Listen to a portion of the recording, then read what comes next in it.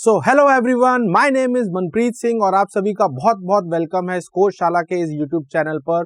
और आज हम करने वाले हैं रे ऑप्टिक्स का वो पार्ट जिसके ऊपर भी कई सारे ढेरों सारे क्वेश्चंस बनते हैं और काफी ज्यादा जो नेचुरल फिनोमिना है या फिर ऑब्जर्वेशंस हैं जो हमारी डेली लाइफ के अंदर, वो आपको इस पर्टिकुलर सेक्शन में देखने को मिलेगी। अब ये जो पर्टिकुलर सेक्शन है ये हमारा है रिफ्रैक्शन। इससे पहले हमने रिफ्लेक्शन ऑफ लाइट समझ लिया था, उसके अंदर मिरर्स क्या थे, उनके साइन कन्वेंशन क्या थे, concave mirror, convex mirror, right, ये सारी चीजें हम ऑलरेडी कवर कर चुके हैं। अगर अभी तक आपने वो वीडियो नहीं देखी है तो पहले वो वीडियो को जरूर देख लीजिए, क्योंकि अगर आपको अगर ये चीज समझनी है तो ऑब्वियसली ऑल्दो कोई रिलेटेड नहीं है चीजें, बट स्टिल एक नॉलेज जो है वो फ्लो चलता है। और जैसा कि आपको पता है हम एनसीईआरटी को कंप्लीटली फॉलो कर रहे हैं, तो यहाँ पर भी हम एनसीईआरटी की हर एक लाइन को यहाँ पर समझेंगे और उसके बारे में हम आपको बताएंगे और उसके जो डेप्थ होती है वो भी हम यहाँ पर डिस्कस करेंगे, एज वेल एज मैं आपको उसके बेसिक्स भी बताऊंगा जो इस बुक में ऑलरेडी कवर्ड नहीं है। देखिए, जैसा कि मैंने आपको पहले भी बताया था कि क्लास 10th के अंदर जो लाइट चैप्टर है उसके जो बेसिक्स है वो आपको आने चाहिए। वो असल में ये एनसीईआरटी समझता है आपको ऑलरेडी आते हैं, बट हम होता है कि भूल जाते हैं या हम उन चीजों के बारे में इतना ध्यान हमें नहीं रहता है, तो उसकी आप टेंशन बिल्कुल मत ले। मैं आपको बेसिक्स भी बताऊंगा जो अब ऑलरेडी पढ़ चुके हैं एज पर दिस एनसीईआरटी जो क्लास 12th की है। तो क्लास 12 के अंदर काफी ओवरव्यू दिए हुए चीजों के ऊपर से वो गए हुए हैं, पर आपको टेंशन लेने की बिल्कुल जरूरत नहीं है, क्योंकि मैं हर एक कॉन्सेप्ट आपको वापस बताऊंगा शॉर्ट में, ताकि हमें ये ना लगे कि यार ये चीज हमें तो आती नहीं है और एनसीईआरटी कह रहा है you already know that. Okay, तो ऐसी चीजों को हम अवॉइड नहीं करेंगे, डोंट वरी, हम उसको और अच्छे से समझेंगे। तो चलिए बिना टाइम को खराब किए और स्टार्ट करते हैं हमारा टॉपिक जो कि है रिफ्रैक्शन ऑफ लाइट। ठीक है, अब देखिए रिफ्रैक्शन की जब मैं बात करता हूं तो बहुत बेसिक नॉलेज जो है वो आपको एनसीईआरटी दे रहा है। जैसे एनसीईआरटी में क्या लिखा हुआ है, when a beam of light encounters another transparent medium, a part of a light gets reflected back into the first medium while the rest enters the other। देखो बहुत सिंपल सा फिनोमिना है। इससे पहले हमने रिफ्लेक्शन में क्या देखा था, मान लेते हैं कि हमारे पास एक सरफेस है, ठीक है, चलो वहां तो हमारा सरफेस क्या था, हमारा सरफेस वहां पर मिरर था। मान लेते हैं इस पे एक लाइट इंसिडेंट होती है, तो हमने देखा ये जो लाइट है ये रिफ्लेक्ट हो जाती है, इसको बोलते हैं reflection of light. Reflection of light, अभी हम पढ़ रहे हैं रिफ्रैक्शन ऑफ लाइट। अब होता क्या है, ये कह रहा है कि जब आप कोई दूसरा मीडियम लेते हैं जो कि ट्रांसपेरेंट है, ट्रांसपेरेंट का मतलब है कि जिसके अंदर से आप पास भी कर सकते हैं। मान लेते हैं एक ट्रांसपेरेंट मीडियम है हमारे पास, ठीक है, लेट्स से ये वाटर है, वाटर ले लेते हैं, ठीक है, कोई दिक्कत की बात नहीं है। अब ये कह रहा है कि जब लाइट एक मीडियम से दूसरे मीडियम में जाती है ना, समझ लो ये जो हमारा मीडियम है ये क्या है, एयर है, और ये हमारा क्या है, वाटर है ना, तो यहाँ पर एक ट्रांसपेरेंट मीडियम है। तो ये कह रहा है कि कुछ पार्ट जो लाइट का होता है वो रिफ्लेक्ट कर जाता है और उसका कुछ पोर्शन जो होता है वो इस मीडियम के अंदर चला जाता है। किस मीडियम के, इस दूसरे मीडियम के अंदर चला जाता है, तो इसको हम बोलते हैं रिफ्रैक्शन ऑफ लाइट। तो रिफ्रैक्शन ऑफ लाइट में क्या होता है, कुछ अमाउंट का जो लाइट का जो होता है वो दूसरे मीडियम में चला जाता है, सारा का सारा जो है वो रिफ्लेक्ट नहीं करता है और सारा का सारा जो है वो रिफ्रैक्ट नहीं करता है। तो ये हमने ऑलरेडी नेचर में एक और इवेंट यहाँ पर देखा, बट इसके लिए आपको ध्यान ये देना है कि यहाँ पर अब कोई मिरर नहीं है, यहाँ पर हमारा कोई दूसरा मीडियम हो सकता है जो कि बेसिकली यहाँ पर डिफरेंशिएट हम ऐसे कर सकते हैं कि एक लाइन है, ऑल्दो लाइन नहीं होती है, बट एक लाइन हमें यहाँ पर ये चीज बता रही है कि यहाँ पर मीडियम चेंज हो रहा है। अब जरूरी नहीं है कि ये एयर से वाटर हो, है ना, कोई भी मीडियम हो सकता है जो डिफरेंट हो दूसरे से। अभी आगे जाके मैं आपको पहला बेसिक भी बताऊंगा मीडियम्स को हमें किस तरीके से डिफरेंशिएट करना है। तो अब यही चीज यहाँ पर कह रहा है कि back into the first medium, यानी कि कुछ लाइट जो होती है वो वापस उसी मीडियम में चली जाती है जिस मीडियम से आई है। समझ लो एयर की बात कर रहे हैं, तो कुछ हिस्सा जो लाइट का एयर से आया था तो एयर में ही चला गया, बट कुछ हिस्सा एयर से जो आया था लाइट का वो वाटर में चला गया। तो ये जो वाटर वाला हिस्सा हमें जो है इस पे अभी फोकस करना है, बिकॉज ये चीज हम ऑलरेडी देख चुके हैं, रिफ्लेक्शन ऑफ लाइट। अब हमारा वो कॉन्सेप्ट है कि जब लाइट एक मीडियम से दूसरे मीडियम में ट्रेवल करती है तो क्या क्या फिनोमिना हमें देखने को मिलता है और उसका नेचर के अंदर हमें कहाँ का ऑब्जर्वेशंस देखने को मिलते हैं। ठीक है, the ray of light represent the beam. अभी हम यहाँ पर जो रे ऑफ लाइट को कह रहे हैं, असल में हम बीम की बात कर रहे हैं। ऑब्वियसली बात है, एक रे तो कोई होती नहीं है, बीम होती है। तो मान लिया जाए कि अगर इस बीम के अंदर 100 रे हैं तो 100 रेज में से लेट्स से 30 जो थी वो रिफ्लेक्ट हो गई और बची जो 70 थी वो वाटर के अंदर चली गई। तो ये चीज हमें ध्यान रखनी, तो हमें उन 70 पे ही ध्यान रखना है, हमें उन 30 की बात नहीं करनी है जो रिफ्लेक्ट हो गई है, बिकॉज अभी हम रिफ्रैक्शन के बारे में ही पढ़ रहे हैं। ठीक है, अब यहाँ पर जो सबसे इंपॉर्टेंट बात समझने वाली है वो ये है, the direction of the propagation of obliquely incident angle अगर आपका 0 से 90 डिग्री के बीच में होगा, that enters the other medium changes at interference of two media. अब देखो यहाँ पर आपको पहले एक बात समझनी है। अब जनरली क्या होता है, सबसे बड़ा जो कंफ्यूजन होता है कई स्टूडेंट के माइंड में, उनको लगता है रिफ्रैक्शन का मतलब होता है बेंडिंग ऑफ लाइट। उनको क्या लगता है, रिफ्रैक्शन बेंडिंग ऑफ लाइट है, बट असल में इसको बेंडिंग ऑफ लाइट नहीं कहते, बिकॉज बेंडिंग ऑफ लाइट हमारा डिफ्रैक्शन होता है, ठीक है। असल में यहाँ पर होता क्या है कि जब लाइट एक मीडियम से दूसरे मीडियम में जाती है, बट कंडीशन क्या है कि आपकी जो इंसिडेंट लाइट है वो ऑब्लिक होनी चाहिए। अब आप बोलेंगे सर ऑब्लिक क्या है, देखिए समझते हैं। मान लेते हैं कि हमारे पास दो मीडियम है, ठीक है, एक हमारे पास ऊपर एयर है और नीचे हमारा वाटर है, ठीक है। अब हुआ क्या, ये कह रहा है कि जो हमारा इंसिडेंस एंगल, आप सभी को पता है इंसिडेंस एंगल क्या होता है। मान लो ये लाइट आई, ठीक है, जहां पर ये टच कर रही है वहां पर हमने एक स्ट्रेट लाइन खींची, जिसको हम क्या कहते हैं, नॉर्मल। क्या कहते हैं, नॉर्मल।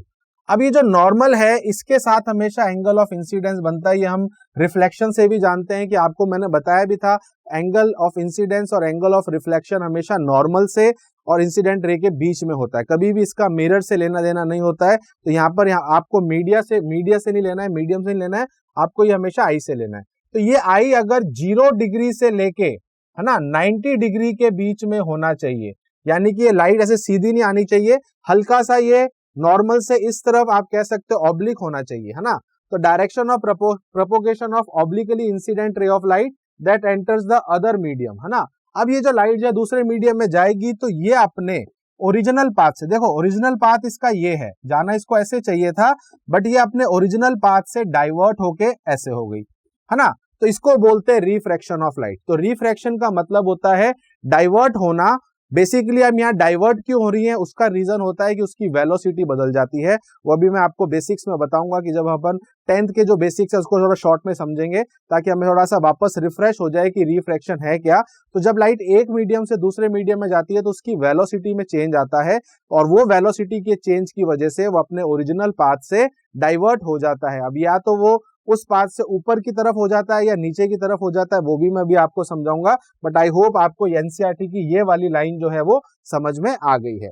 अब चलिए आगे चलने से पहले मैं आपको थोड़े से पहले बेसिक बता देता हूं, बिकॉज एनसीईआरटी यहाँ पर आपसे क्या एक्सपेक्ट कर रहा है कि you already know the facts which already we studied in class 10, but अभी जैसा कि मैंने आपको बोला कि हम थोड़े से बेसिक्स पहले समझेंगे ताकि हमें आगे वाली चीज थोड़ी सी क्लियर हो, ठीक है। देखो जब हम बेसिक्स की बात करते हैं तो देखो दो चीजें आपको पहले ध्यान रखनी है। हम मीडियम की बात करते हैं, किसकी बात करते हैं, मीडियम की। मीडियम जैसे कौन कौन से हैं जिसपे हमें ज्यादा फोकस रखना है। जैसे देखो पहली चीज तो वैक्यूम कोई मीडियम नहीं है, बट ठीक है वैक्यूम हमें पता होना चाहिए कि वैक्यूम के अंदर जो लाइट की स्पीड होती है ना, लाइट की जो स्पीड होती है वो कितनी होती है ये आपको पता होना चाहिए। मैक्सिमम होती है 3 × 10⁸ मीटर पर सेकेंड, ठीक है। दूसरा हमें यहाँ पर एक देखना है एयर, ठीक है। फिर हमें यहाँ पर देखना है वाटर, ठीक है। फिर हमें यहाँ पर देखना है ग्लास। तो कुछ इस तरीके के आपके मीडियम्स हैं जिस पर हमें ज्यादा ध्यान रखना है। वैसे फिर हमारा डायमंड भी आ जाएगा और भी कई मीडियम आ जाएंगे, बट अभी हमारा फोकस इन 3 मीडियम के ऊपर है। जब लाइट एक मीडियम से दूसरे मीडियम में जाती है तो जनरली हमें इन्हीं मीडियम्स के बारे में बात करनी होती है। अब पॉइंट यहाँ पर यह आता है कि बेसिक्स हमें यहाँ पर ये होता है कि दो तरीके से मीडियम को हम डिफरेंशिएट करते हैं जब हम रिफ्रैक्शन के बारे में पढ़ते हैं, है ना। जब हम रिफ्रैक्शन के बारे में पढ़ते हैं तो दो तरीके से हमें मीडियम को लिखना है।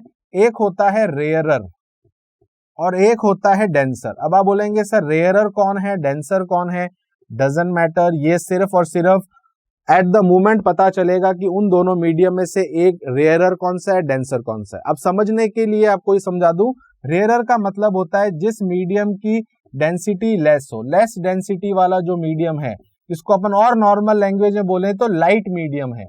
और एक डेंसर होता है जिसकी हाई डेंसिटी होती है, यानी कि उसकी डेंसिटी ज्यादा है, तो अभी हम उसको नॉर्मल वे में बोलेंगे हैवी।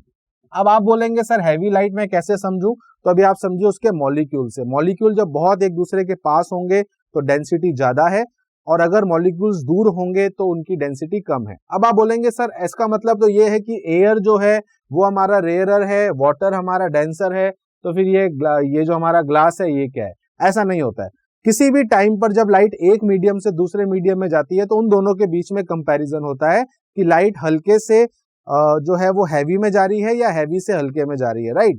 तो इसका मतलब ये है कि ऐसा नहीं है कि rare denser is a type of medium, नहीं, ये बेसिकली किसी दो मीडियम का हम अलग से नाम रखते हैं डिपेंडिंग ऑन कि लाइट किस मीडियम से किस मीडियम में जा रही है। अब इसका मैं आपको एक एग्जांपल दे देता हूं। मान लेते हैं लाइट जो है वो जा रही है एयर से, लेट्स से वाटर, एयर से वाटर में लाइट जा रही है।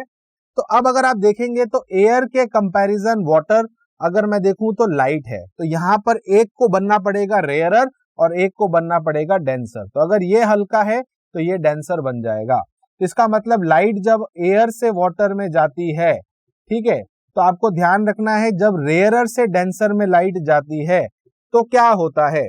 तो जब आप लाइट हैवी, हल्के से हैवी में जाएगी, लाइट से हैवी में जाएगी, तब उसकी वेलोसिटी कम होगी कि ज्यादा। आप मुझे बताएं, अगर आप एकदम से भारी मीडियम में चले जाएंगे तो आपकी स्पीड कम हो जाएगी ना, ड्रॉप हो जाएगी। तो वो चीज लाइट के साथ भी होती है। तो लाइट जब हल्के मीडियम से आता है और लाइट हैवी मीडियम में जाता है तो उसकी वेलोसिटी ड्रॉप हो जाती है। तो जाना ऐसे था वैसे ड्रॉप हो गया। तो इसको हम क्या केस बोलते हैं कि ये वो केस है, ठीक है। इसको चलो मैं एक बार नेक्स्ट स्लाइड पे बताता हूं।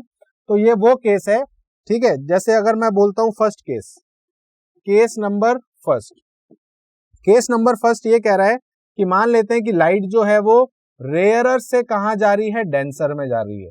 रेयरर से कहां जा रही है, डेंसर में, हल्के से भारी मीडियम में जा रही है। अब एग्जांपल में कुछ भी हो सकता है पेयर हमारा हो सकता है एयर से वाटर, है ना। तो इस केस में एयर हमारा रेयरर हो गया, ये हमारा डेंसर हो गया। हो सकता है लाइट वाटर से ग्लास में जा रही है ना, तो वाटर यहाँ पर अब क्या बन गया, रेयरर बन गया, ये डेंसर बन गया। तो वो डिपेंड करता है कि आप किस दो मीडियम की बात कर रहे हैं। अभी मैं जनरल प्रिंसिपल की बात कर रहा हूं कि जब लाइट रेयरर से डेंसर में जाती है तो क्या होता है। तो देखिए सिंपल सी चीज है, मान लेते हैं ये एयर है और ये वाटर है।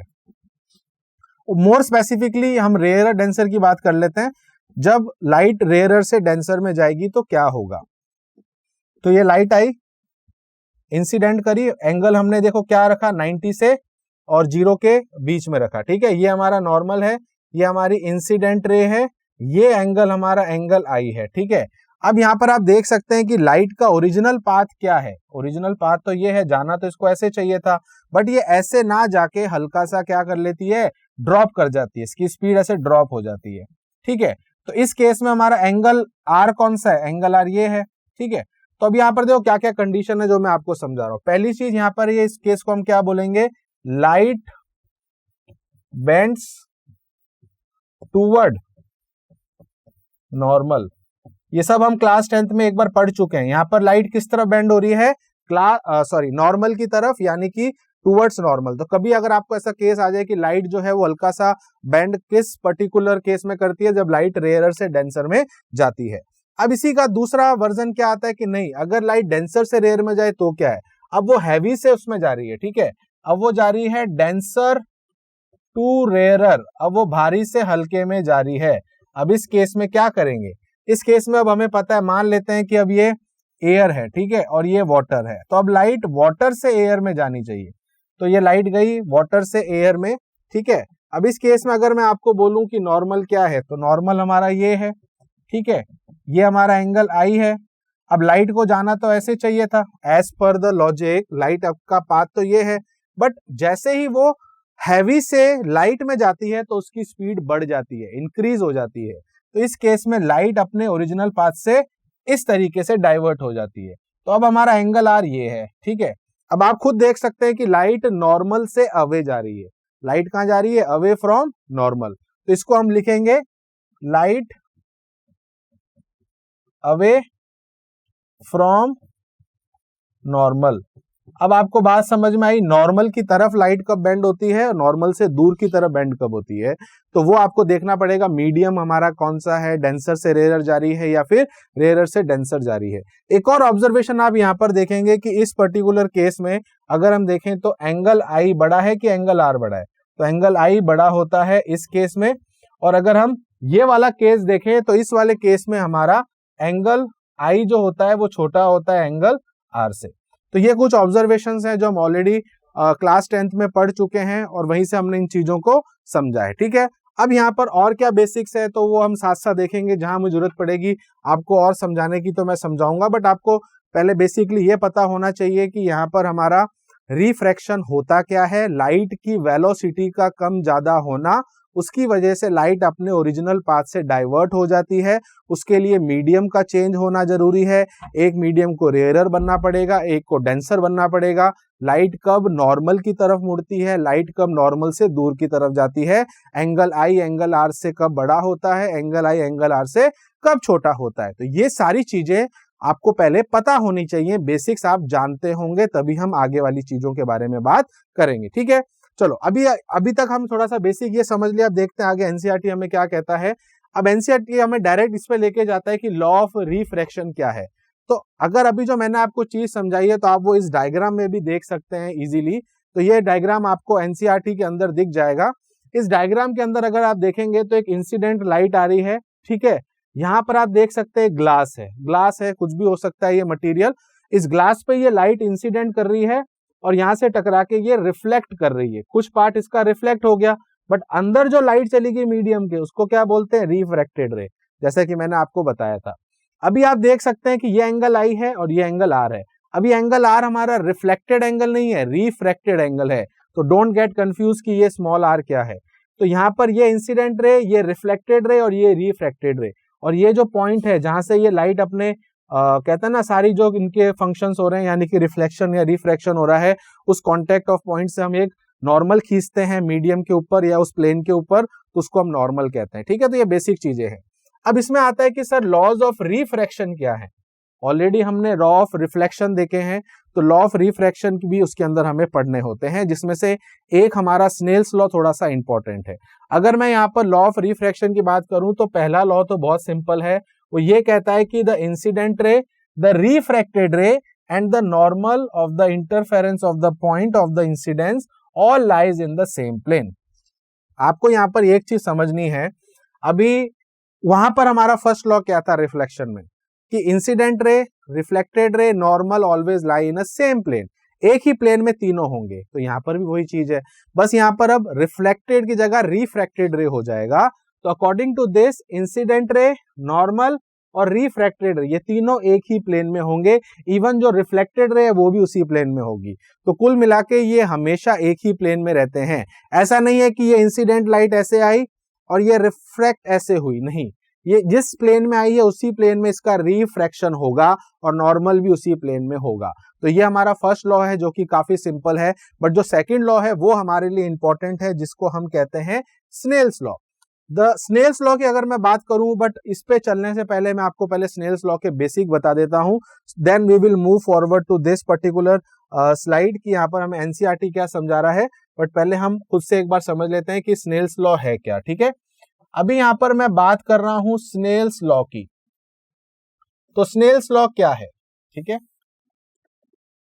ओके। स्नेल्स लॉ की यहां पर अगर मैं बात करूं तो पहले मैं एक बार वापस बेसिक डायग्राम बना लेता हूं, सो दैट हमें ये तो समझ में आ जाए कि यहां पर हमें किसके बारे में बात कर रहे हैं। ठीक है, मान लेते हैं कि हमारे पास दो मीडियम है, एक रेयरर है और एक डेंसर है। ठीक है, चलिए एक बार डायग्राम बना लेते हैं। ओके, अब मान लेते हैं कि एक लाइट आई जो लेट से ये हमारा रेयरर मीडियम है। अभी मैं एक एग्जांपल ले रहा हूं, दोनों का समझा दूंगा। ये डेंसर है। अब लाइट जो है वो रेयरर से डेंसर में आई।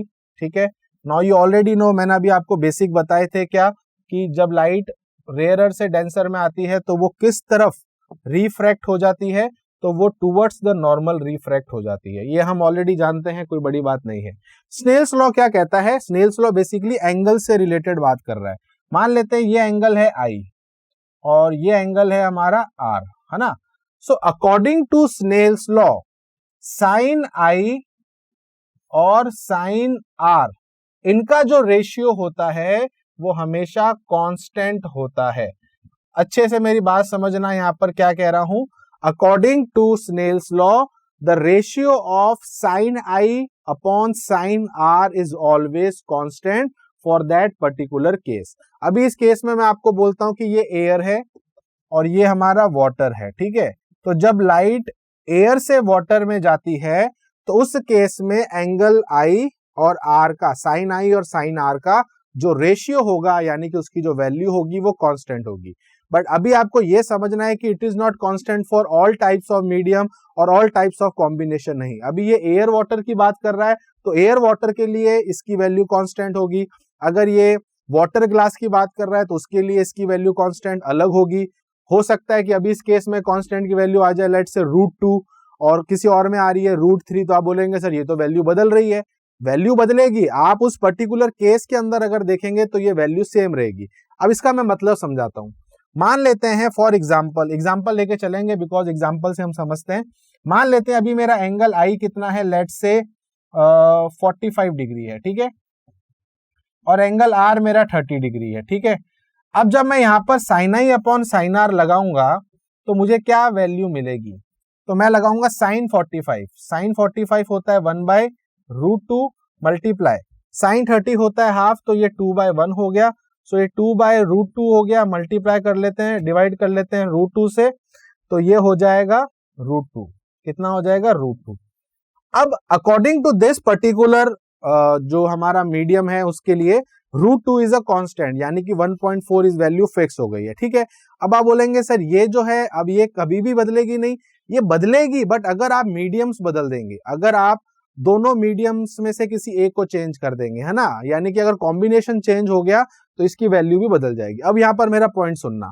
फॉर एग्जाम्पल मैं कहता हूं कि मैं आई को चेंज करके थोड़ा सा बढ़ा देता हूं, मैं अब आई को ऐसे कर देता हूं, तो आप देख सकते हैं एंगल आई बढ़ गया। तो जितना एंगल आई को आप बढ़ाएंगे उतना आर भी तो कम होगा।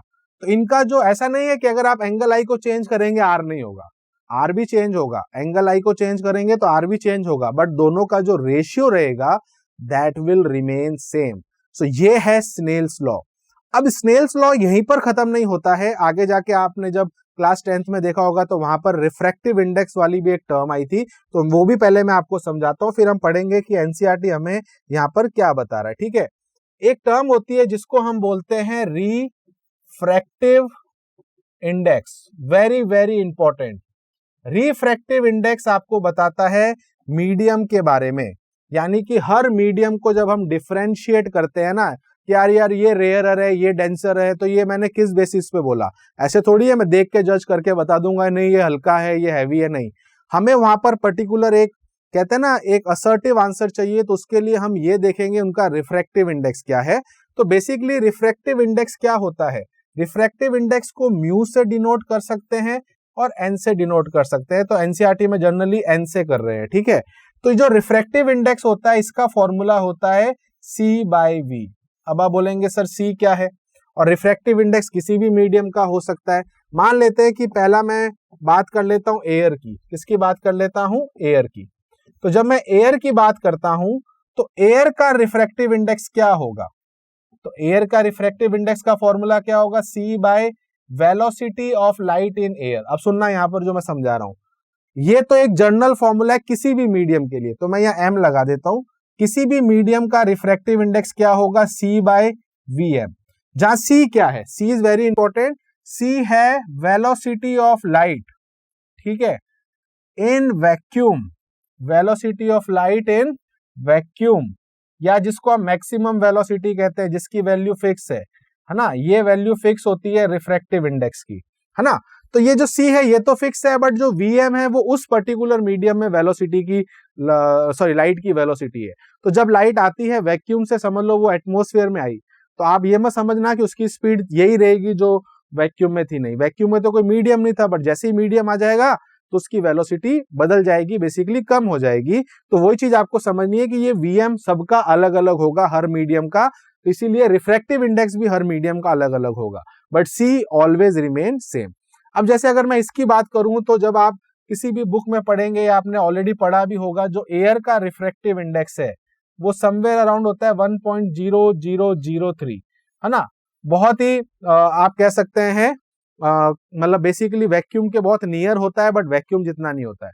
अगर मैं आपसे यहाँ पर पूछ लूं, नहीं मुझे बताओ वैक्यूम का रिफ्रैक्टिव इंडेक्स क्या होगा, तो आप अगर वैक्यूम का निकालने जाएंगे तो वैक्यूम का फॉर्मूला क्या लगेगा, तो वैक्यूम के लिए C/C लगेगा, कट जाएगा, तो आंसर कितना आ गया, 1। तो हमें यहां से ये समझ में आया कि किसी भी मीडियम का रिफ्रैक्टिव इंडेक्स आप निकाल सकते हैं, बस आपको ये पता होना चाहिए कि उस मीडियम के अंदर लाइट की स्पीड क्या है। यहां से एक और ऑब्जर्वेशन आपको आनी चाहिए, वो ये है कि रिफ्रैक्टिव इंडेक्स का रिलेशन V के साथ कैसा है, इनवर्सली। यानी कि अगर आपको मैं बोलता हूं कि मेरे पास दो मीडियम है, ठीक है, मान लेते हैं एक मीडियम का रिफ्रैक्टिव इंडेक्स है 1.3 और एक का रिफ्रैक्टिव इंडेक्स है 1.5। अब मैं आपसे पूछता हूं इनमें से रेयरर कौन सा है, डेंसर कौन सा है, तो आपको कैसे पता चलेगा? अगर 1.3 है तो इसकी वेलोसिटी इसमें ज्यादा होगी और इसमें वेलोसिटी कम होगी, क्योंकि रिलेशन कैसा है, इनवर्सली। जिसका n ज्यादा उसमें वेलोसिटी उतनी ही कम। तो इसमें से अगर आप देखेंगे कि इसका म्यू ज्यादा है, n ज्यादा है, तो इसकी वेलोसिटी कम, तो ये हमारा डेंसर कहलाएगा, क्योंकि जितनी वेलोसिटी का ड्रॉप होगा वो मीडियम उतना ही भारी होगा। और ये वाला क्या कहलाएगा, रेयरर कहलाएगा। क्या कहलाएगा, रेयरर। तो यहां से एक और ऑब्जर्वेशन क्या है कि रिफ्रैक्टिव इंडेक्स जिसका ज्यादा है ना, तो रिफ्रैक्टिव इंडेक्स जिसका ज्यादा वो हमारा कहलाएगा डेंसर। दो में कंपैरिजन कर रहा हूं, और जिसका n कम तो वो कहलाएगा रेयरर, वो लाइट होगा, ठीक है। अच्छा, अब यहां पर क्या होता है कि कुछ ऑलरेडी मीडियम्स की वैल्यू फिक्स होती है। जैसे कि अगर मैं बात करूं वाटर की, वाटर का रिफ्रैक्टिव इंडेक्स जो होता है वो आपका फिक्स होता है, वो होता है 4/3। सो ये समवेयर अराउंड 1.33 आता है, ठीक है। अगर मैं बात करूं ग्लास की, तो ग्लास का रिफ्रैक्टिव इंडेक्स भी फिक्स है, वो होता है 3/2 यानी कि 1.5। तो एयर का बता दिया, वाटर का बता दिया, ग्लास का बता दिया, तो इनकी वैल्यू फिक्स रहती है। तो यहां से आपको एक चीज ये समझ में आई कि रिफ्रैक्टिव इंडेक्स हर मीडियम का आप निकाल सकते हैं, जिसमें रिफ्रैक्टिव इंडेक्स का फॉर्मूला ये होता है।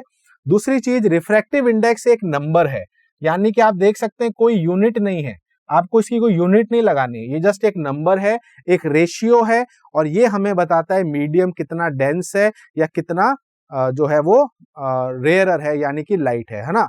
तो ये बेसिकली हमें यहाँ पर रिफ्रैक्टिव इंडेक्स काम में लेना है। अब आप ये सोच रहे होंगे सर इसका स्नेल्स लॉ से क्या लेना देना है, तो वो यहाँ पर मैं आपको पहले समझाना चाहता हूं, बिकॉज एनसीईआरटी आपको ये चीज अभी नहीं समझाएगी। जैसा कि मैंने आपको बोला कि उसको एक्सपेक्ट क्या कर रही है वो, कि आप ऑलरेडी ये जानते हैं, ठीक है। यहाँ पर एक टर्म होती है जिसको हम बोलते हैं रिलेटिव रिफ्रैक्टिव इंडेक्स। अब ये क्या चीज है सर, रिलेटिव रिफ्रैक्टिव, देखो क्या होता है। मान लेते हैं कि जो लाइट है वो एक मीडियम से आ रही है, लेट से ये मीडियम नंबर 1 है, ये मीडियम नंबर 2 है, कोई भी हो सकता है, एंड लाइट जो है वो इस मीडियम से आके ऐसे ड्रॉप होगी, तो ये रेयरर है और ये डेंसर है, ठीक है। डजंट मैटर ये कौन कौन से मीडियम है। अभी यहाँ पर एक केस ले लेते हैं कि लाइट यहाँ पर 1 से 2 में जा रही है, तो लेट से इस मीडियम का रिफ्रैक्टिव इंडेक्स है n1 और इस मीडियम का रिफ्रैक्टिव इंडेक्स है n2। तो जब लाइट 1 मीडियम से 2 मीडियम में जा रही है तो उसका रिलेटिव रिफ्रैक्टिव इंडेक्स आप कैसे लिखेंगे? तो आपको देखिए दो तरीके से मैं बताता हूं। एक तो होता है म्यू के टर्म में, जैसा कि मैंने बोला एनसीईआरटी में म्यू यूज नहीं कर रहे, तो चलिए अपन म्यू यूज नहीं करते। तो यहां पर लाइट जो है वो जा रही है 1 से 2 में, तो 2 पहले लिखना है और 1 बाद में लिखना है, ठीक है। वापस समझो, अभी लाइट जा रही है 1 मीडियम से 2 मीडियम में, तो ये हम इसको ऐसे लिख सकते हैं n21। अब ये n21 क्या है सर, n21 हमारा रिलेटिव रिफ्रैक्टिव इंडेक्स है, जो कि होता है रेशियो ऑफ रिफ्रैक्टिव इंडेक्सेस, यानी कि इन दोनों के रिफ्रैक्टिव इंडेक्स का रेशियो होता है। अब ये इसको और क्या कह सकते हैं, इसको बोल सकते हैं refractive index of 2 with respect to 1, यानी कि refractive index of 2 with respect to 1। ऊपर देखो 2 आ रहा है, नीचे 1 आ रहा है, तो इसको बोलते हैं सेकंड का refractive index with respect to 1, ठीक है। अब इसमें दूसरा केस भी हो सकता है कि सर लाइट 2 से 1 में भी जा सकती है, बिल्कुल जा सकती है। लाइट अगर सेकंड मीडियम से 1 मीडियम में जा रही है तो इसको हम कैसे लिखेंगे, n12, और n12 किसके बराबर हो जाएगा, n1 अपॉन n2। याद कैसे रखना है, जो डिजिट पहले आ रही है वो ऊपर लिख देनी है और जो बाद में आ रही है वो नीचे लिख देनी है, यानी कि डिनोमिनेटर में, ठीक है। तो ये चीज आपको आनी चाहिए। तो ये चीज होती है रिलेटिव रिफ्रैक्टिव इंडेक्स। अब यहां पर मेरी बात समझना जो सबसे इंपॉर्टेंट है, बिकॉज यहां पर हम जाके फिर स्नेल्स लॉ के साथ इसको मिलाएंगे। देखो कैसे, आप ये जानते हैं कि अगर मान लेते हैं कि मैं 2 मीडियम ले रहा हूं, ये है मेरा एयर और ये है मेरा वाटर, ठीक है। अभी जैसा कि मैंने अभी आपको बताया, एयर का लगभग 1 होता है और इसका लगभग 1.33 होता है ना। तो ये हमारा एयर हो गया, ये हमारा वाटर हो गया। लाइट कहां से कहां जा रही है? एयर से वाटर में। तो हम क्या लिखेंगे? n 1 से 2। अब यहाँ 1 कौन सा है? एयर। 2 कौन सा है? वाटर। तो पहले वाटर आएगा फिर एयर आएगा, is equals to n of water upon n of air. सही है सर। n ऑफ वाटर कितना होता है? 1.33 डिवाइड बाय 1। तो आंसर कितना आ गया? 1.33 आ गया। अब आप मुझे बताएं, क्या ये वैल्यू अब बदल सकती है? नहीं बदल सकती। क्यों नहीं बदल सकती? क्योंकि अब ये फिक्स है। अब NW तो फिक्स होता है, Na भी फिक्स होता है, तो इनका जो रेशियो है वो भी फिक्स रहेगा। तो ये एक तरीके से कांस्टेंट हो गया। बट ये कांस्टेंट सिर्फ इन दोनों मीडियम के लिए है, अगर मीडियम चेंज करेंगे तो ये नहीं होगा। तो हम यहां से ये भी समझ चुके हैं कि स्नेल्स लॉ क्या कहता है। हम ये जानते हैं कि स्नेल्स लॉ ये कहता है, ठीक है, तो हम जानते हैं कि स्नेल्स लॉ क्या कहता है, साइन आई अपॉन, चलो पहले केस बता देता हूं। लाइट जो है वो इस मीडियम से इस मीडियम में ट्रेवल कर रही है, ये 1 है और ये 2 मीडियम है, ठीक है। तो स्नेल्स लॉ लिखते हैं, चलिए, sine I upon sine R. I कहां है? ये रहा। आर कहां है? ये रहा, ठीक है। तो साइन आई अपॉन साइन आर, जैसा कि मैंने बोला, कांस्टेंट होता है। तो इस कांस्टेंट को आप रिप्लेस करके रिलेटिव रिफ्रैक्टिव इंडेक्स भी लिख सकते हैं। लाइट जा रही है 1 से 2 में, तो ये आ जाएगा n21। इसको हम कैसे लिखते हैं? n2/n1। अब इसको मैं और सॉल्व कर सकता हूं, देखो कैसे। हम जानते हैं कि n2 क्या हो जाएगा? c/v2। अभी मैंने आपको बताया था relation between refractive index and velocity. और हम ये भी जानते हैं कि n1 क्या हो जाएगा? c/v1। दोनों को वहां शिफ्ट कर देते हैं, तो n2 क्या हो जाएगा? c/v2 मल्टीप्लाई n1 को उल्टा कर देंगे तो ये v1/c। तो c से c कैंसल आउट, तो फाइनल रिलेशन क्या आ गया? v1/v2। तो ये हमारा मेन चीज है जो आपको यहां से समझनी है। तो फाइनल स्नेल्स लॉ हम कैसे लिख सकते हैं? Sine I upon sine r is equals to n21 equals to n2/n1 is equals to v1/v2। और एक और चीज आपको बता देता हूं, हमेशा ध्यान रखना कि वेलोसिटी का रिलेशन जो होता है एक और होता है एफ लैम्डा। ये हम वेव से जानते हैं। तो एक चीज मैं आपको यहां बता रहा हूं, वैसे मैं आपको थ्योरी में भी बताऊंगा, एनसीईआरटी हमें बताएगी आगे जाके, कि फ्रीक्वेंसी जो होती है डज नॉट चेंज। ये एक शॉर्ट क्वेश्चन बनता है, इसको ध्यान रखना। Does not change during refraction. तो रिफ्रैक्शन के दौरान फ्रीक्वेंसी कभी भी नहीं बदलती है।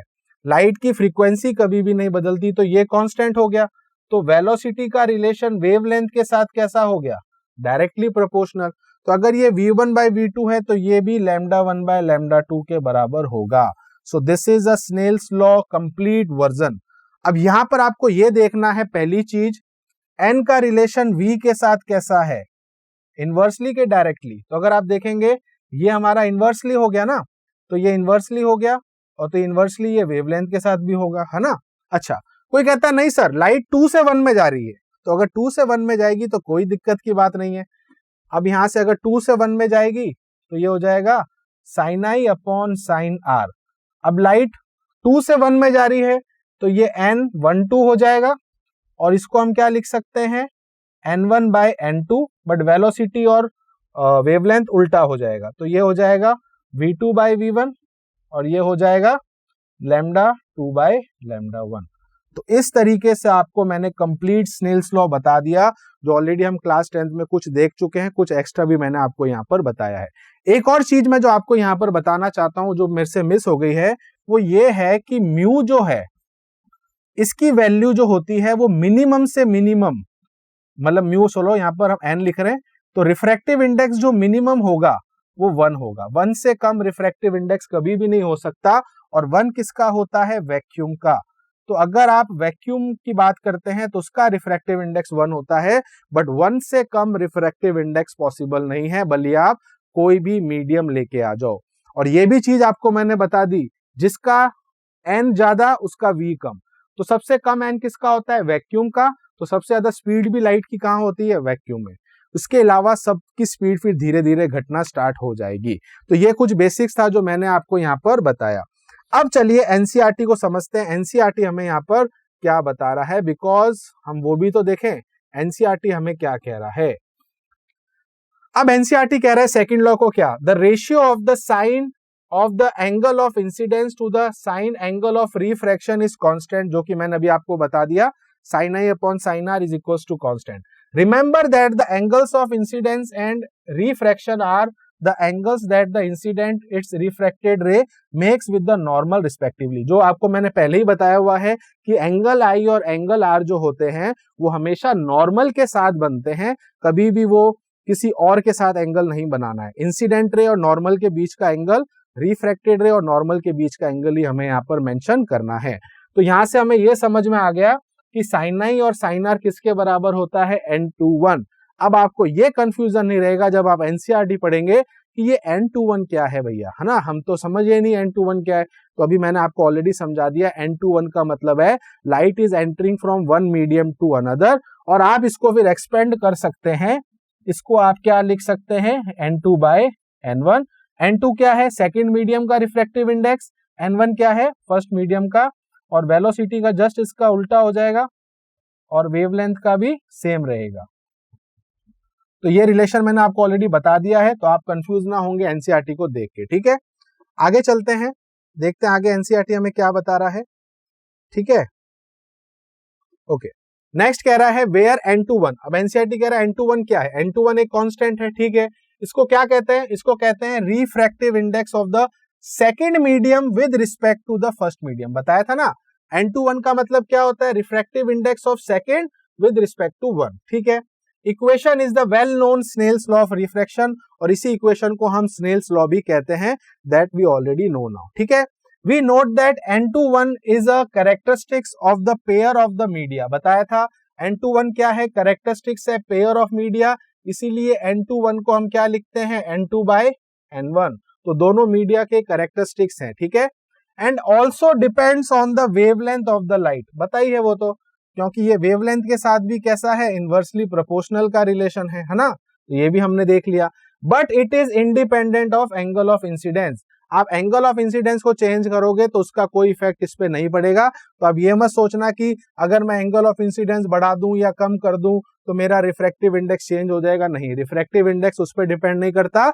मैंने बता दिया आपको, रिफ्रैक्टिव इंडेक्स वेलोसिटी पे डिपेंड करता है। ठीक है, तो वेलोसिटी उस मीडियम में कितनी है उस पर ये डिपेंड करता है, क्योंकि रिफ्रैक्टिव इंडेक्स का फॉर्मूला होता है c/v। ठीक है, चलो आगे देखते हैं। If n21 is the refractive index of medium 2 with respect to medium 1, तो n12 क्या होगा, जस्ट उल्टा, the refractive index of medium 1 with respect to medium 2, then it should be clear that n21 is equals to 1 by n21। अब आप बोलेंगे sir ये कैसे हुआ, अब आप मुझे बताओ, अगर मैं लिखता हूं what is n21, तो मैंने आपको ऑलरेडी बता दिया, इसका मतलब होता है n2 by n1।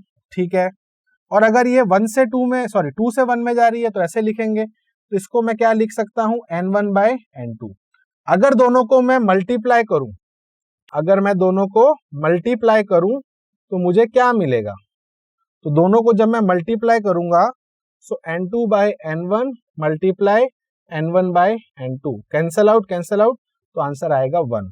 तो यहां से मैं ये भी कह सकता हूं n21 क्या है, n21 है 1 अपॉन n12। तो ये रिलेशन आपको आना चाहिए। ठीक है, तो वही चीज है, आप इसको चाहो तो ऐसे भी लिख सकते हो, n12 multiply n21 is equals to 1, है ना, एक ही चीज है। ठीक है, तो अब आपको ये चीज क्लियर हो गई। बट एनसीईआरटी अगेन क्या एक्सपेक्ट कर रहा है, दैट यू ऑलरेडी नो। तो वो बहुत शॉर्ट में चलता है, बहुत ही क्लियर चीजें बताता है, मतलब बेसिकली क्लियर तो क्या, पॉइंट टू पॉइंट चीज बताता है, बिकॉज वो एक्सपेक्ट करता है कि आप क्लास 10 की जो लाइट का चैप्टर है वो ऑलरेडी जानते हैं, बट आपको भी पता है कि हमें कितना याद है। ठीक है, तो चलो कोई दिक्कत की बात नहीं है, अब तो हम जान चुके हैं। ठीक है, ओके। एक और चीज यहां पर कह रहा है, it also follows that if n23 is the refractive index of a medium 3। मान लेते हैं, देखो एक एग्जांपल देता हूं, ये है मेरा मीडियम 1, ये है मीडियम 2, ये है मीडियम 3। लाइट यहां से आई और ऐसे गई, है ना। अब आप देख सकते हैं कि 3 मीडियम से लाइट रिफ्रैक्ट हो रही है। ठीक है, इसका रिफ्रैक्टिव इंडेक्स n1, इसका n2, इसका n3। ठीक है, अब अगर मैं बोलूं लाइट अब यहां पर अलग अलग होगा, अगर मैं आपको बोलता हूं N12 क्या होगा, फिर अब मैं बोलता हूं N31 क्या होगा, तो आप बता सकते हैं। N32 क्या होगा, तो भी आप बता सकते हैं। N12 तो इसको हम लिख सकते हैं N1/N2। इसका क्या मतलब है, N31 का N3/N1, N32 का N3/N2। अब ये कह रहा है कि अगर इस तरीके से हो और ये इक्वेशन अगर लिखी हुई हो तो ये करेक्ट है ना, बिल्कुल करेक्ट है। कैसे, आप चेक कर लीजिए, देखिए N32 क्या होता है, N3/N2, तो इस साइड वाली इस साइड के इक्वल होना चाहिए। N31 क्या है, N3/N1 मल्टीप्लाई N12 क्या है, N1/N2, N1 से N1 कट गया तो यहां पर भी आ गया क्या, N3/N2। तो आप देख सकते हैं LHS RHS इक्वल है, तो ये रिलेशन भी करेक्ट है। तो इस रिलेशन पे भी क्वेश्चंस आ सकते हैं। एनसीईआरटी ने हमें बोला अगर हमारा 3 मीडियम है, index of medium 3 with respect to 2 दिया हुआ है, तो ये रिलेशन हमारा करेक्ट होगा। तो ये मैंने आपको प्रूव भी कर दिया है, तो इसमें कोई बड़ी बात नहीं है। ठीक है, चलिए आगे चलते हैं। अब होता क्या है कि ये जो था रिफ्रैक्शन ऑफ लाइट, इसके एग्जाम्पल्स ऑलरेडी हम वैसे बेसिक जानते हैं, बट अगेन इसको एनसीईआरटी हमें बता रहा है इन अ डिफरेंट वे। अगर आप यहाँ पर देखेंगे तो यहाँ पर हमें जो अभी यहाँ पर देख रहे हैं ये हमारा है क्या, ये हमारा ग्लास स्लैब है, जो आपका क्लास 12 के अंदर एक आप कह सकते हैं प्रैक्टिकल भी होता है ग्लास स्लैब वाला, जिसमें हमें ये देखना होता है एंगल ऑफ इंसिडेंस क्या होता है, एंगल ऑफ इमर्जेंस क्या होता है, राइट। बट अभी हम यहाँ पर ये समझते हैं कि एनसीईआरटी हमें बता रहा है कि इसके अंदर भी आप देख सकते हैं कि 2 बार आपका रिफ्रैक्शन हो रहा है। ठीक है, जैसे कि अगर आप देखते हैं कि ये हमारी एक ग्लास स्लैब है, तो ग्लास एक अलग मीडियम है, बाहर एयर है, तो लाइट यहाँ से एंटर करती है एयर से एंटर करते ही ये अपने पाथ से टूवर्ड्स द नॉर्मल रिफ्लेक्ट हो जाती है, रिफ्रैक्ट हो जाती है, फिर ये आगे जाती है ग्लास से वापस ग्लास से एयर, तो जब वापस ग्लास से एयर जाती है तो ये अगेन डेंसर से रेयरर में जाती है। तो कुछ इस तरीके का डायग्राम हमें देखने को मिलता है। ठीक है, अब ये क्या बोल रहा है, some elementary result based on the law of refraction. तो रिफ्रैक्शन के लॉ पे बेस्ड कुछ एलिमेंट्री रिजल्ट है जो हमें यहाँ पर समझने हैं। फॉर अ रेक्टेंगुलर स्लैब, इसको रेक्टेंगुलर स्लैब कहते हैं, refraction take place at 2 interference, 2 जगह हमारा रिफ्रैक्शन हो रहा है, एयर से ग्लास में, देन अगेन ग्लास से एयर में। ठीक है, यही चीज हमें यहाँ पर दी गई है। It is easily seen from this figure 9.9, इस फिगर से हम देख सकते हैं कि जो R2 होता है, अब आपको यहाँ थोड़ा सा क्लियर नहीं होगा तो बता देता हूं, ये हमारा R2 है, ये हमारा I2 है, ये हमारा R1 है, ये हमारा I1 है। तो ये कह रहा है it is easily seen from that कि R2 किसके बराबर है, I1 के। तो इस केस में I1 जो होता है वो R2 के बराबर होता है, और कई बुक्स में इसको E भी लिखते हैं। E होता है एंगल ऑफ इमर्जेंस, लाइट कितने एंगल से निकल रही है वापस। ठीक है, so it is easily seen from this figure that R2 that is the emergent ray, इसको इमर्जेंट रे बोलते हैं जो आखिरी में निकलती है। ठीक है, is parallel to the original path. आप देखेंगे कि लाइट जो है, देखो इसको मैं एक बार नेक्स्ट स्लाइड पे ले जाके आपको समझाता हूं, so you will get understand more easily. मान लेते हैं कि ये ग्लास स्लैब है, ठीक है, अब ये लाइट यहां से एंटर करी, ये नॉर्मल है, it will reflect like this, तो ये आपकी नॉर्मल है, फिर ये ऐसे हो जाएगी। बट अगर मैं आपको बोलूं कि लाइट का ओरिजिनल पाथ क्या होता, तो लाइट का ओरिजिनल पाथ कुछ इस तरीके से होता। अभी ये लाइट ऐसे नहीं जा रही है, तो लाइट का ये जो रे है इसको हमने क्या बोला, इमर्जेंट रे, और ये इसका ओरिजिनल पाथ है, ओपी का मतलब यह ओरिजिनल पाथ है। तो ये रे जो होती है एक दूसरे के हमेशा पैरेलल होती है, बट अगेन एक ही लाइन में नहीं होती है, इसको हम बोलते हैं लेटरल डिस्प्लेसमेंट। लेट से इसको एक्स से डिनोट करते हैं। तो ये जो लेटरल डिस्प्लेसमेंट होता है, अच्छा एंगल्स की बात कर रहा हूं, तो ये हमारा I1 है, ये हमारा R1 है, ये हमारा I2 है, और ये हमारा R2 है। ठीक है, तो अकॉर्डिंग टू दिस अगर आप देखेंगे कि एंगल ऑफ आई और एंगल ऑफ इंसिडेंस और एंगल ऑफ रिफ्लेक्शन आपको पता हो, तो आप ये लेटरल डिस्प्लेसमेंट निकाल सकते हैं। उसके लिए आपको एक फॉर्मूला होता है, मान लेते हैं कि ये जो थिकनेस है इस स्लैब की वो T है, क्या है, T है। T क्या है यहां पर, थिकनेस ऑफ स्लैब। ठीक है, so according to this you can find the lateral displacement. क्या ढूंढ रहे हैं हम यहाँ पर, लेटरल डिस्प्लेसमेंट। मैं आपको अलग से बता रहा हूं, वैसे एनसीईआरटी में ये फॉर्मूला नहीं है, बट कई बार कोई न्यूमेरिकल आ जाए कभी तो आप उसको सॉल्व कर सके। तो ये लेटरल डिस्प्लेसमेंट का फॉर्मूला होता है T sin I minus R upon cos R। तो ये लेटरल डिस्प्लेसमेंट का फॉर्मूला होता है, जहां पर टी हमारा होता है thickness of the glass slab, sine तो आपको पता है, और i angle of incidence, angle of refraction, cos angle of refraction. ठीक है, तो इस तरीके से आप किसी भी कहते हैं ना ग्लास स्लैब के अंदर जो हमारा लेटरल डिस्प्लेसमेंट है वो क्या होता है ओरिजिनल पाथ से, और जब 2 बार रिफ्रैक्शन हो गया उसके बाद जो लाइट निकल रही है उनके बीच में कितना गैप है। ये दोनों से पैरेलल तो है, बट दोनों के बीच में डिस्प्लेसमेंट कितना है, कितना डिस्टेंस है। ठीक है, तो उसी को लेटरल डिस्प्लेसमेंट कहते हैं। तो यहाँ पर ये यही कह रहा है कि the emergent ray is parallel to incident ray. ये इंसिडेंट रे थी, इससे हमने एक एक्सटेंड किया तो ये इसके पैरेलल रहती है। Okay, there is no deviation, इसमें कोई डेविएशन नहीं है, but it does not suffer, but it does suffer lateral displacement, यानी कि shift with respect to the incident ray. But यहां पर हमें कुछ लेटरल शिफ्ट देखने को मिलता है। तो ये सारी चीजें हमें एनसीईआरटी में बताई गई है। ठीक है, आगे चलते हैं। एक और सबसे बड़ा जो इसका एग्जाम्पल है जिसके बारे में हम बात करते हैं,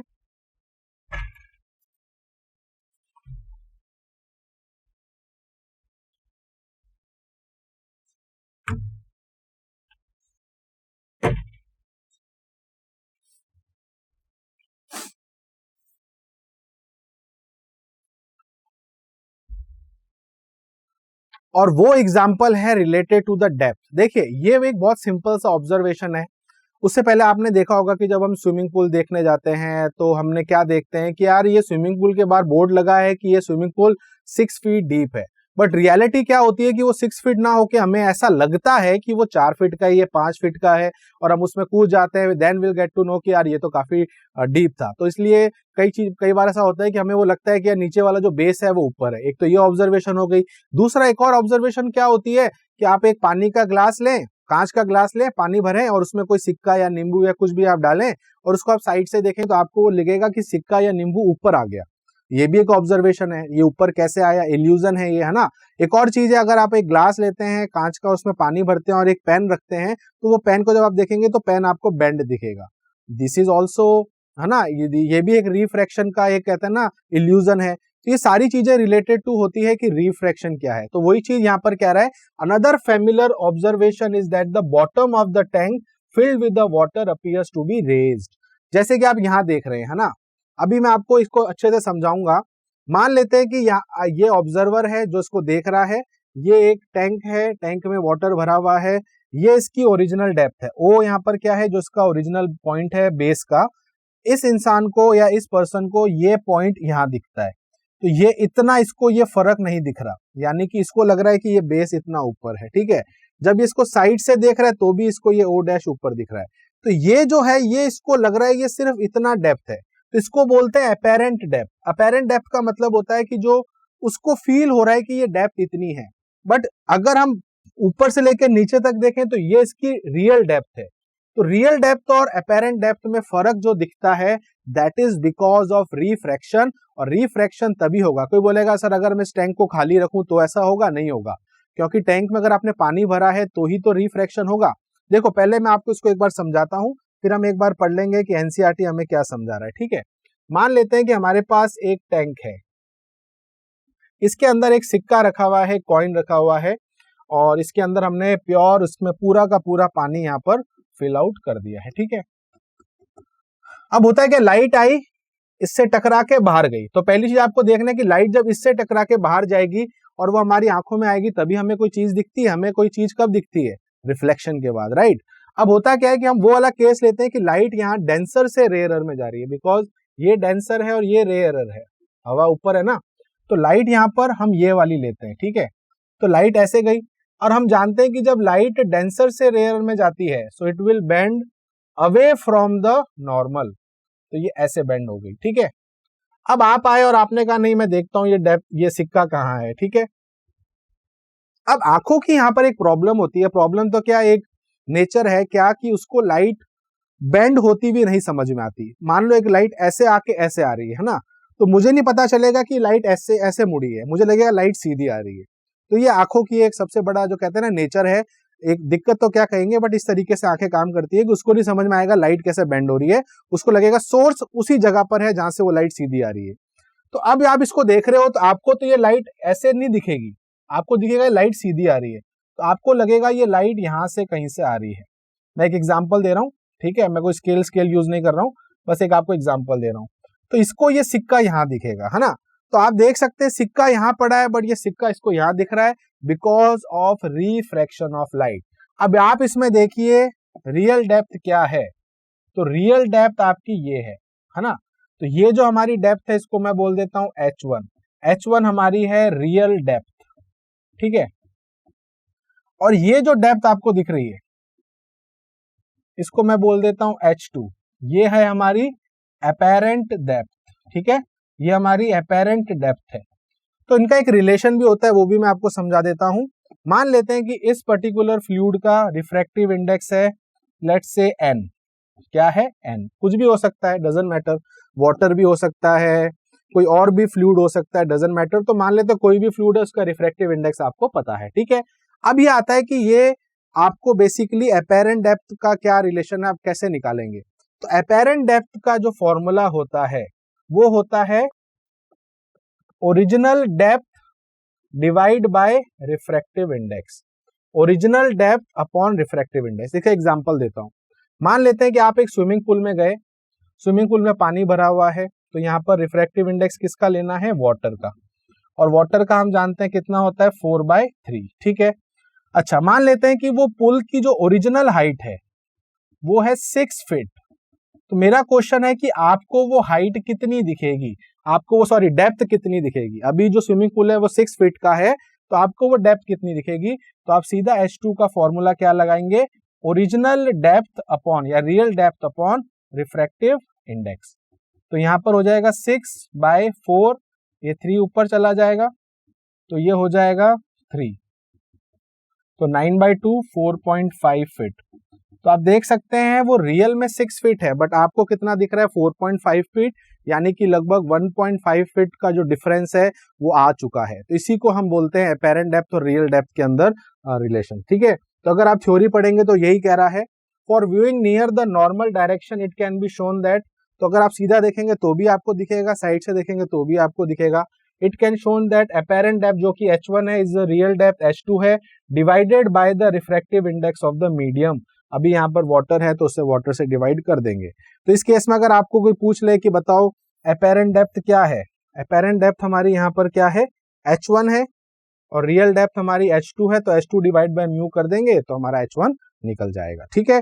तो ये इसका एक और ऑब्जर्वेशन है जो आपको देखना है।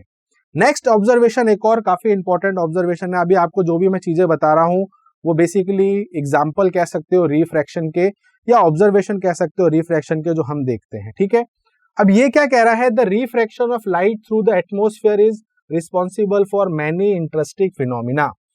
अब वैसे तो इसके अंदर एक ही चीज डिस्कस करी है, बट मैं आपको एक और बताना चाहता हूं, ट्विंकलिंग ऑफ स्टार्स, तारों का झिलमिलाना। आपने देखा होगा यार तारे ये ट्विंकलिंग करते हैं ना, ऐसे चमकते हैं फिर बुझते हैं, चमकते हैं फिर बुझते हैं, तो वो किसकी वजह से होता है, दैट इज ऑल्सो रिफ्रैक्शन, है ना। तो ये भी आप माइंड में रखना, कई बार काम में आ जाता है, ठीक है। बट अभी यहाँ पर हम जिसकी वो बात कर रहे हैं वो ये है, मान लो ये अर्थ है, ठीक है, ये इसका एटमॉस्फेयर, एटमॉस्फेयर में क्या होती है, एयर होती है, गैसेज होती हैं। अब ये जो है सन, ये रियलिटी में अभी इधर है, ठीक है। सन से जैसी लाइट आई और इस एयर में घुसी, देखो उसको यहां से समझना, जैसी वो एयर में एंटर करी, जाना उसको ऐसे था, बट वो रिफ्रैक्शन की वजह से हल्की सी बेंड हो गई, और अगर वो बेंड होगी तो लाइट, ह्यूमन को क्या लगेगा कि वो लाइट सीधी आ रही है, तो जब उसको लगेगा तो उसको लगेगा सन इधर है, तो इसकी वजह से क्या हुआ, सन नीचे था बट उसको कहां दिख रहा है, ऊपर दिख रहा है। तो इसका मतलब यहाँ पर यह हुआ कि सन अभी ऊपर आया भी नहीं, बट उसको सन वो ऊपर दिख रहा है। इस लाइन को बोलते हैं होराइजन, होरिजन, ठीक है। तो होरिजन से ऊपर उसको वो सन अभी दिख रहा है, यानी कि सनसेट और सनराइज के टाइम, अभी चलो ये जो बात मैं कर रहा हूं ये सनराइज की बात कर रहा हूं कि सन अभी नीचे है, अभी सन का राइज नहीं हुआ है, बट उसको उससे पहले ही सन ऊपर दिख रहा है। This is a reason of refraction, यानी कि सन अभी वहां रियल में है भी नहीं, बट हमें इल्यूजन हो रहा है कि अभी वहां सन है, यानी कि हल्का सा डिले, आप कह सकते हो पहले आ गया, पहले सन का वो जो है थोड़ा सा ऊपर हमें आके दिख रहा है, अदरवाइज अभी सन वहां पर आया नहीं। दूसरा पॉइंट भी है, सनसेट के टाइम सन नीचे चला गया बट अभी भी हमें लग रहा है सन ऊपर है, यानी कि डिले आ गया, है ना। तो यहां पर ये रिफ्रैक्शन ऑफ लाइट होता है कि सनसेट और सनराइज के अंदर ये जो आपको सन दिखता है बाद में, है ना, या पहले, ये सब रीजन रिफ्रैक्शन का ही होता है, ठीक है।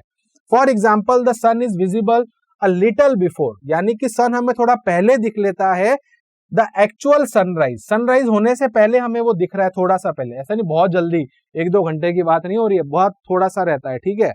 until a little after the actual sunset due to the refraction of light throughout the atmosphere। तो ये तो कह रहा है कि सन का हमें पहले दिखना सनराइज से पहले और थोड़ा सा हमें बाद तक दिखना सनसेट के बाद, है ना। तो ये दोनों जो हैं ये रिफ्रैक्शन ऑफ लाइट की वजह से होते हैं। और यहाँ पर मीडियम का रोल कौन प्ले करता है? देखो सन से जो लाइट आती है वो तो हमारी वैक्यूम है, तो वैक्यूम से लाइट यहाँ किस में एंटर कर रही है? एटमोस्फेयर में। तो मीडियम चेंज हो गया, तो मीडियम चेंज हो गया तो ऑब्वियसली बात है कि रिफ्रैक्शन तो होगा, ठीक है। आगे चलते हैं, क्या बोल रहे हैं? The actual sunrise we mean the actual crossing of the horizon by the sun. अब एक्चुअली क्या होना चाहिए कि ये सन की सीधी रे जानी चाहिए, बट एक्चुअली ऐसा होता नहीं है। Figure 9.11 shows the actual and apparent position of the sun. ये इसकी एक्चुअल है, बेसिकली रियल कह देते हैं, और ये इसकी अपेरेंट है जो उसको बेसिकली फील हो रहा है, ठीक है। With respect to the horizon, horizon के रिस्पेक्ट में हमने बात करी है। The figure is highly exaggerated to show the defect, although इतना ज्यादा नहीं होता है, बहुत ही हल्का सा ये इफेक्ट होता है, बट ठीक है, हमें इसको समझाना था तो हमने फिगर में बताया है, ठीक है। अब हम ये भी जानते हैं कि जो यहाँ पर एयर है, ऑल्दो उसमें बहुत सारी गैसेस होती हैं, बट अभी मान लेते हैं हम उसको एक एयर का मीडियम है, और एयर का रिफ्रैक्टिव इंडेक्स थोड़ा सा ज्यादा होता है वैक्यूम से, और जैसे ही थोड़ा सा भी रिफ्रैक्टिव इंडेक्स ज्यादा हुआ तो रिफ्रैक्शन तो होगा। तो the refractive index of air with respect to vacuum कितना होता है? 1.00029, यानी कि मैंने आपको पहले बताया था 1.003 होता है, तो वह अप्रॉक्स उसी की बात कर रहा है, ठीक है, क्योंकि वैक्यूम का तो 1 होता है। क्योंकि देखो ये रिफ्रैक्टिव इंडेक्स क्या कह रहा है? Of air with respect to vacuum, तो ये ए वी हो गया ना। इसका फॉर्मूला क्या हो गया? N a by n v. Air का कितना होता है? 1.003, वैक्यूम का कितना होता है? 1, तो आ गया ना। तो ये रिफ्रैक्टिव इंडेक्स जो रिलेटिव होता है दोनों का कितना होता है? 1.003। तो ऑब्वियसली बात है यहाँ पर रिफ्रैक्शन तो होगा। Due to this the apparent shift in the direction of the sun is by about the half the degree and the corresponding time difference between actual sunset and apparent sunset is about 2 minute. तो ये चीज आपको यहाँ पर already इन्होंने बता दी गई है कि जो फर्क आता है, यानी कि जो शिफ्ट आता है, शिफ्ट का मतलब क्या है? ये कितना फर्क आता है एंगल का। ये एंगल सिर्फ और सिर्फ बहुत कम होता है, हाफ डिग्री होता है। कितना होता है? Half degree. तो इसलिए आपको डायग्राम में देख के लग रहा होगा बहुत ज्यादा ये डिफरेंस होता है, नहीं इतना नहीं होता, बट स्टिल हाफ डिग्री का डिफरेंस होता है, जिसकी वजह से सनसेट से अगर हम बात कर रहे हैं ना, एक्चुअल सनसेट में और अपेरेंट सनसेट में कितना फर्क आ जाता है? 2 मिनट का। यानी कि सनसेट हो चुका है बट अभी भी वो 2 मिनट तक हमें वो वहां पर दिख रहा है। तो ये जो डिले है बेसिकली 2 मिनट का ही होता है लगभग। The apparent flattening of the sun at the sunset and sunrise is also due to this same phenomena. और जब सनसेट और सनराइज होता है तो हल्का सा आपने देखा होगा, सन जो है वो ओवल यानी कि फ्लैट हो जाता है दोनों के टॉप और बॉटम से, तो उसका भी कहीं ना कहीं जो रीजन है वो रिफ्रैक्शन ऑफ लाइट ही होगा। तो यहाँ पर हमने ये समझ लिया कि सनसेट के समय और सनराइज के समय सन का दिखना हमें, मतलब वो रियल में वहां पर नहीं है, अपेरेंट दिखना, this is also because of refraction of light. और एक और जो मैंने आपको बताया था स्टार्स का ट्विंकलिंग करना, वो भी रिफ्रैक्शन ऑफ लाइट है। फिर उससे पहले हमने ये देखा कि जो बेस होती है जिसमें वाटर होता है, तो वो बेस हमें ऊपर दिखाई देना, that is also refraction of light, है ना। फिर उससे पहले हमने देखा था स्लैब वाला केस, वो भी हमारा रिफ्रैक्शन ऑफ लाइट। फिर हमने देखा स्नेल्स लॉ क्या है, फर्स्ट लॉ क्या है, तो ये सारी चीजें हमने इसके अंदर कवर कर ली है, ठीक है। अब चलिए क्वेश्चन देखते हैं जो कि आपको एनसीईआरटी के अंदर दिखेगा। ये है हमारा एग्जांपल, सॉल्व एग्जांपल आप देख सकते हैं उसमें, जो कि है एग्जांपल 9.5। अब ये कह रहा है the earth take 24 hours to rotate once about it axis, ठीक है, एक फैक्ट हमें यहाँ पर दे दिया। How much time does the sun take to shift by 1 degree when viewed from the earth, ठीक है। तो पहली चीज आपको ये पता होना चाहिए कि अर्थ जब अपनी ही एक्सिस पर रोटेट करता है तो उसको कितना टाइम लगता है? 24 आवर, जो कि हमारा 1 डे होता है, जो हम ऑलरेडी जानते हैं, ठीक है। अब ये कह रहा है कि जब सन के आसपास हमारा जो अर्थ है अब वो रिवॉल्व करता है, तो उस केस में अगर हम देखें तो 360 डिग्री वो करता है ना, 360 डिग्री वो करता है। तो अगर हम यहाँ पर जब शिफ्ट निकालते हैं तो हमें ये समझ में आ जाना चाहिए कि 360 डिग्री जो है वो 24 आवर में करेगा। अब हमसे यहाँ पर 1 डिग्री का पूछा है, तो 1 डिग्री किसके बराबर हो जाएगा? 24 आवर बाय 360। अब चलिए इसको सॉल्व कर लेते हैं, आवर को मिनट में चेंज कर लेते हैं। वैसे हमारा एनसीईआरटी में आंसर मिनट में दिया हुआ है, तो 24 into 60 मिनट में चेंज कर दिया, डिवाइड बाय 360। अब इसको सॉल्व कर लेते हैं, तो ये हो जाएगा 1, ये हो जाएगा 6 और ये आंसर हो जाएगा 4। तो हमारा आंसर आ जाएगा 4 मिनट। तो हम कह सकते हैं कि 1 डिग्री शिफ्ट के अंदर सन को 4 मिनट का टाइम लगेगा, यानी कि 4 मिनट की ड्यूरेशन लगेगी जब हम उसको अर्थ से देखेंगे। तो ये था हमारा कह सकते हैं एग्जाम्पल, जिसका आंसर क्या है 4 मिनट। आप चाहो तो इसको सेकंड में बदल सकते हो, मल्टीप्लाई कर सकते हो 60 से, ठीक है। That is a different story, ठीक है। तो इसी के साथ हमने रिफ्रैक्शन वाला जो पूरा टॉपिक था उसको अच्छे से समझ लिया है। आई होप आपको रिफ्रैक्शन वाला ये जो सीरीज था ये समझ में आया होगा, जिसके अंदर मैंने आपको कुछ बेसिक्स बताए जो हम क्लास 10th में पढ़ चुके थे। उसके अलावा भी आपको कुछ चीजें बताई, एनसीईआरटी में क्या क्या दिया हुआ है वो भी हमने डिस्कस किया है, फिर हमने एक सॉल्व एग्जाम्पल भी कर लिया है। आई होप सभी को ये वीडियो अच्छी लगी होगी। अगर अच्छी लगी है तो प्लीज एक काम आप सभी कर सकते हैं, वो क्या है, आप वीडियो को लाइक करें। अगर चैनल को भी सब्सक्राइब नहीं किया तो आज ही स्कोरशाला के इस यूट्यूब चैनल को सब्सक्राइब कर लीजिए, बेल आइकन को भी दबा दीजिए, ताकि सारे के सारे जो नोटिफिकेशन है आपको टाइम टू टाइम मिलते रहें। अगर आप ये सारी चीजें करेंगे तो क्या होगा, हमें मोटिवेशन मिलेगा और हम अच्छे से अच्छी वीडियो आपके लिए बना पाएंगे, ठीक है। तो इसी के साथ सभी को मेरी तरफ से थैंक यू सो मच।